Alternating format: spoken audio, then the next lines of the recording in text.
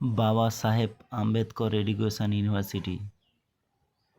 যারা 2025-এ বিএডে ভর্তি হতে চাও তাদের জন্য বাবা সাহেব আম্বেদকর এডুকেশন ইউনিভার্সিটি আবারও একবার সুযোগ দিয়েছে।